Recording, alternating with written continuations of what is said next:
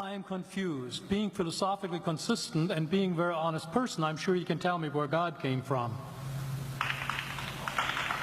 And in addition, once you've told me where God comes from, please try to clarify how you can figure that a spiritual force can have an impact on a material universe to create it.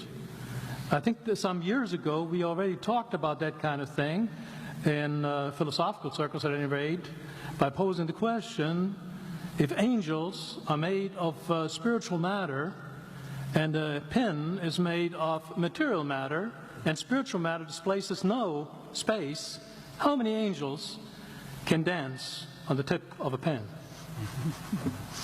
I have a sense of sort of reversal experience here, but please do, go ahead. You got 5 minutes. Now, I just want to know which question. That's all right. You may take the rest of the minute. We're supposed to do one question at a time. Which one would you like? That was part of the format for the debate. So which question? I want you to fill in the story of the rest of the beginning of the universe. God, spiritual matter, impact on material matter. Okay. So 2 questions. All right. Go ahead. All right, your question, where did God come from, assumes that you're thinking of the wrong, obviously it displays that you're thinking of the wrong God, because the God of the Bible is not affected by time, space, or matter. If he's affected by time, space, or matter, he's not God. Time, space, and matter is what we call a continuum. All of them have to come into existence at the same instant, because if there were matter but no space, where would you put it? If there were matter and space but no time, when would you put it? You cannot have time, space, or matter independently. They have to come into existence simultaneously. The Bible answers that in 10 words. In the beginning, there's time. God created the heaven, there's space, and the earth, there's matter.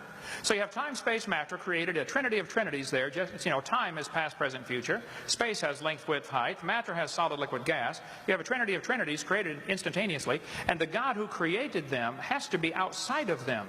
If he's limited by time, he's not God.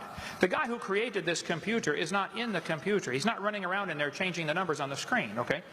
The God who created this universe is outside of the universe. He's above it, beyond it, in it, through it. He's unaffected by it.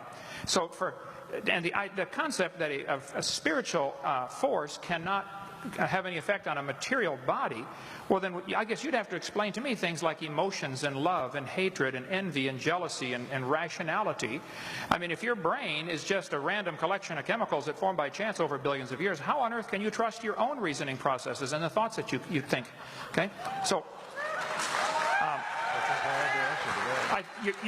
your question, where did God come from, is assuming a limited God. And that's your problem. The God that I worship is not limited by time, space, or matter. If I could fit the infinite God in my 3-pound brain, he would not be worth worshiping, that's for certain. So that's the God that I worship. Thank you.